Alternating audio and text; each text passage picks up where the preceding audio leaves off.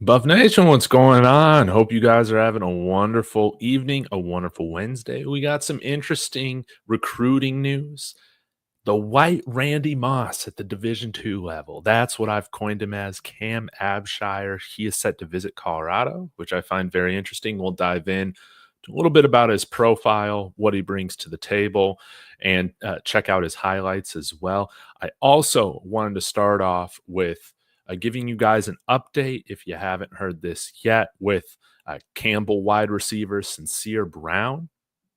He is set to visit Colorado, which is awesome. Former USF transfer, then went down to Campbell at the FCS level.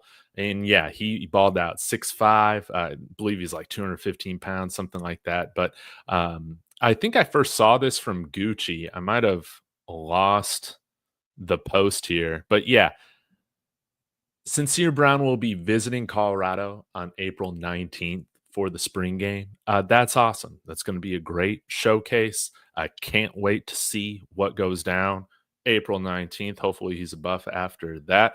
And guys, I'm never going to complain about having too much talent here at any position. And Sincere Brown adding more competition, that would be great.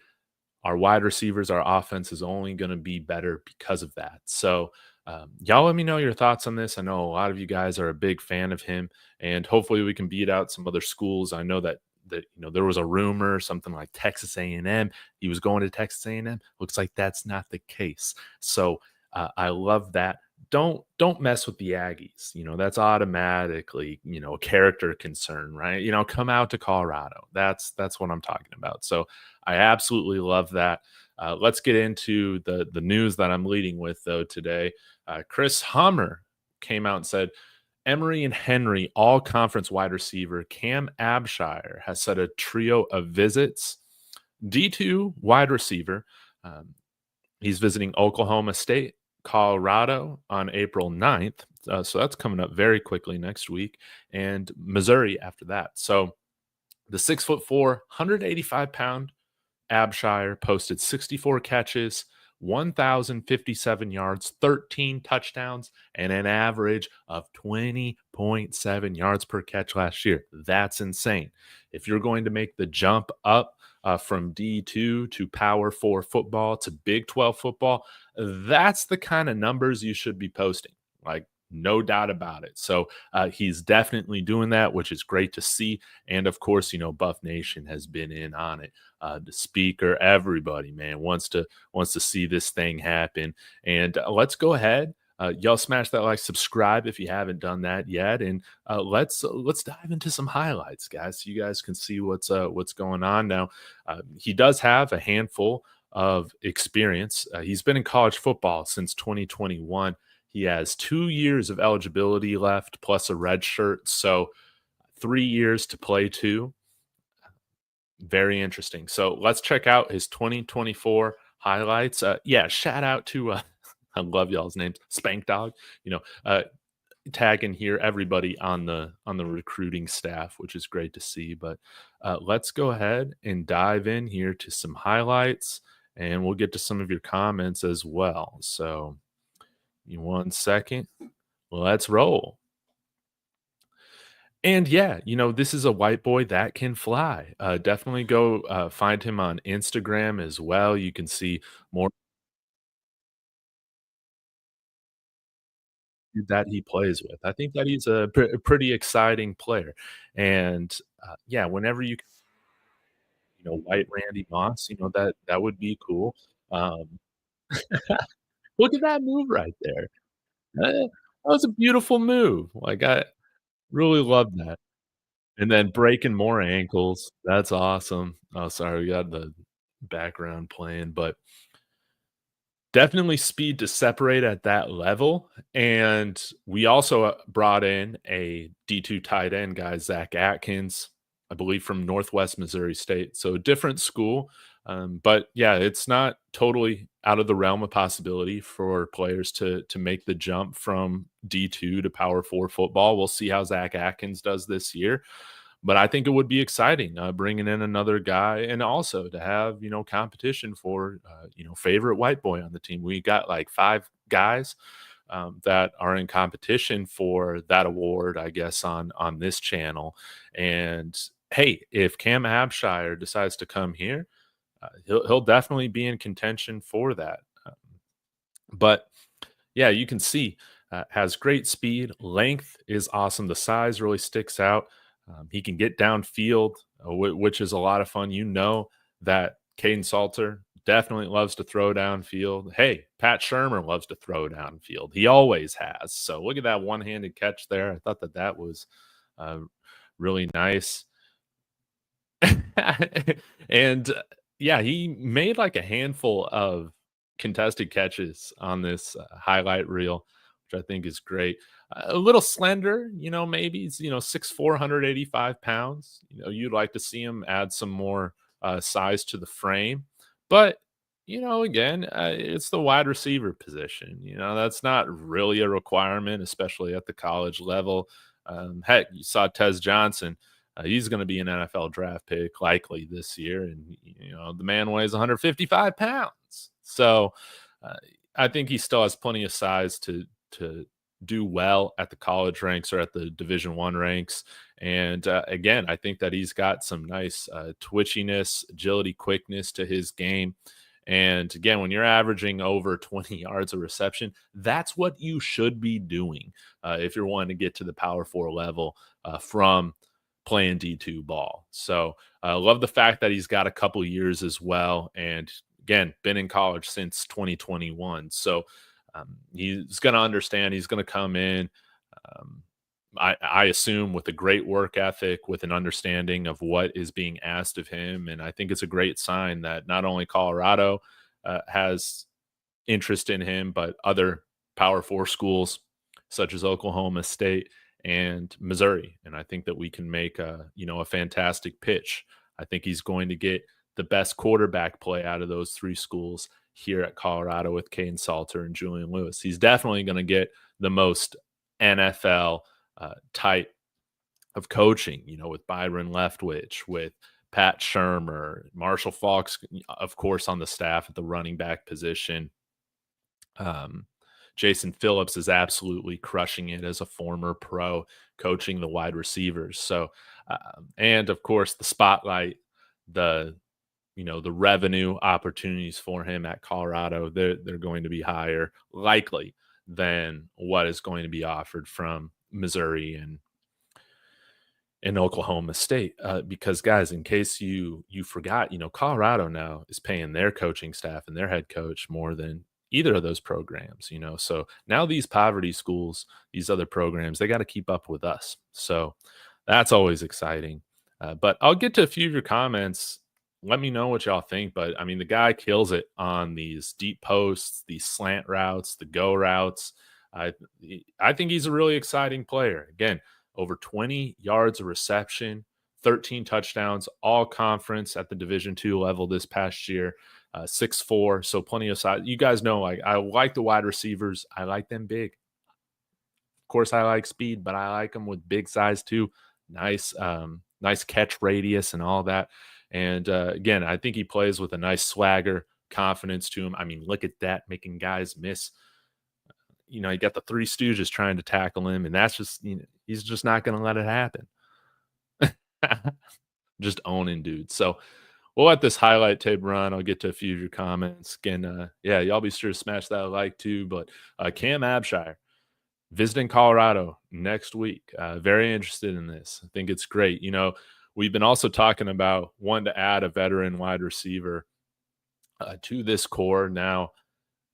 I think if we are wanting to add somebody with some college experience, as this will show, and the Sincere Brown confirmed visit as well, is we're getting guys that have been in college for a while, but they haven't played. They're not veteran wide receivers at the Power 4 position, or at the Power 4 level, but they are bringing a level of college experience, which is something that I think this room needs. It is young, which is exciting, but let's see what some of these guys can do coming up a level, and hopefully they both decide to come to Colorado and be Buffs. I think that would be really cool. But in today's day and age, I think guys that played at smaller schools such as Shannon Sharp or Randy Moss.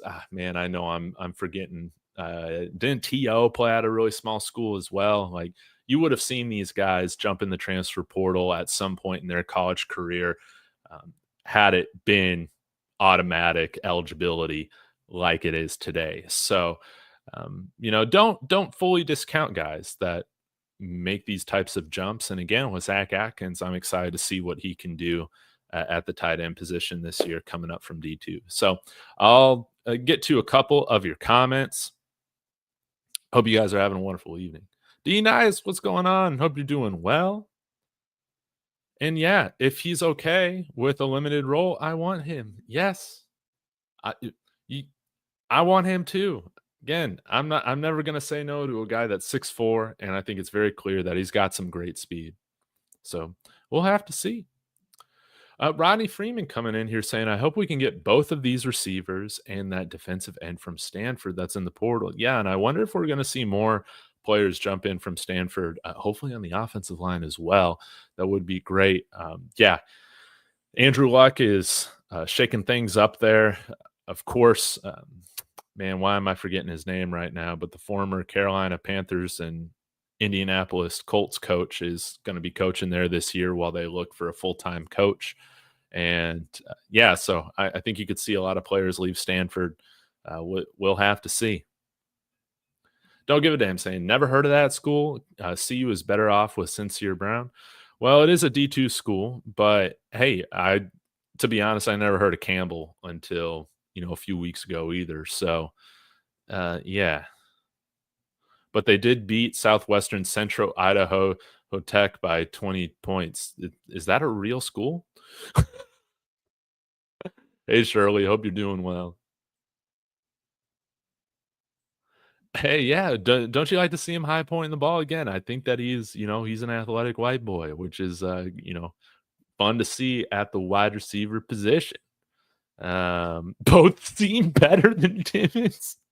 Man, I don't know about that. Again, man, Timmons, he is at the highest level right now. So I am expecting him to have a nice role on the team this year, but definitely guys like Sincere Brown and Cam Abshire, if they choose to come to CU, yeah, they're going to be competing for the same type of snaps, I would assume. Why Randy Moss looks like all-star against future Carson. I couldn't have put it better myself. Exactly. DQ, you know it. They're dogs at D2 and D3. Yes. Uh, the odds are small, but it can still happen. Again, the Broncos drafted in the 3rd round a guard out of Wisconsin Whitewater. That's a Division III school, and he's now an All-Pro, I believe, the highest or like top 3 highest paid guards in the NFL right now. So, again, now that the transfer portal stuff, it's automatic eligibility, you're going to see guys move up in, going from Division 2 to Division 1 or to Power 4, from FCS to Power 4, all that. I think it's going to become more common. So let's see what they can do. I mean, obviously, he was dominating at this level, which is what should be required if you're going to play for a program like Colorado or a program like Missouri in the SEC. You need to be dominating.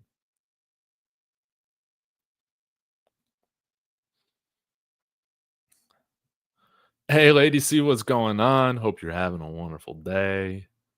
Cordell Russell is a better athlete and prospect than either of them. Yeah, maybe so. Cordell Russell, man, I wish it worked out, but hopefully with wherever he ended up, was it Cincinnati or someone I don't know. Best of luck to him, man. What's his class? He's like a senior, Martin, but he's got 2 years left, plus a red shirt. So 3 years left to play to, all that. But yeah, the biggest wild card is what are the intangibles? How does he handle film study? How does he prepare? You would hope that as an older college player now with a couple years of eligibility left, again, has played college football since 2021, has been in college since 2021. Hopefully he's farther ahead and more matured in that way than some guys that are coming in straight from high school, obviously. So, yeah.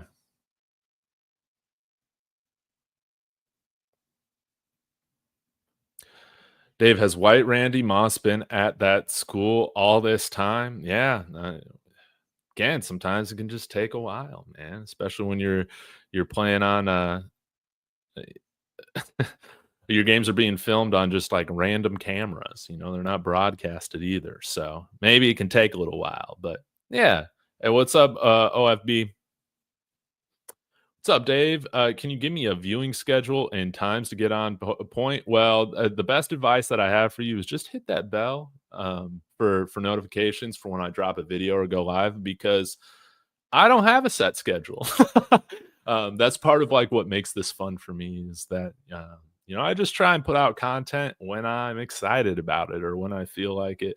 I don't really have a set schedule. The only thing that right now is set probably during the season is when I go live with Russ from Buffs News Weekly on like Wednesday nights during the season. But right now we've been doing more so when we get together. It's usually on like Thursday evening. Um, I do have another show tomorrow. So I think I'll with another YouTuber. But so yeah, just hit that bell for notification. That's the best thing you can do. I'm sorry I'm not on a set schedule, but um, yeah, I try and be organized with the rest of my life, and so not the best at that, but definitely this. What keeps it fun is that I just do it when I feel like it. So when I start getting too structured with this, always having go, go, go at this time, drop at this time, and then it starts to feel like a job. I'm not about that. This thing needs to stay fun. Yeah, exactly. Martin understands. D Nice says, and thank you for the $5 super. Really appreciate the cup of coffee you're sending my way, D Nice. Thank you very much. He says, thanks for reading the comments. I'm a chef, so I can't always comment or watch the live real time, only listen in. Well, thank you, thank you, thank you. I love reading the comments. I love interacting with you guys. That's what makes this thing fun for me. So, yeah, hope your cooking's going well, and yeah, hope you're cooking up something nice. Okay, question. Well, these guys are highlighting they're visiting real soon. Yes. Let's get back to this right here. Sincere Brown is visiting April 19th for the spring game. And then we have Cam Abshire is visiting next week or I guess it's this coming next Wednesday, I guess. Yeah, April 9th. So hopefully they'll make a decision here at some point before May. I forget like when the transfer portal window like officially closes or whatever. Yeah, we'll have to see. But I imagine these guys will be making decisions this month, which is awesome to see. So yeah, I think they'll be making decisions after the spring game, no doubt about it. So guys, I'm gonna get out of here, keeping this live stream a little shorter, but just want to say thank you so much for all the support, all the interaction. Again, D Nice, thank you so much for your support of the channel. It really does mean a lot. And yeah, I'll be back soon. Maybe I'll do a little bit live streaming later. We'll have to see. But probably be back tomorrow. So y'all have a wonderful evening. Stay safe. Spend time with those you love. Let's go Buffs.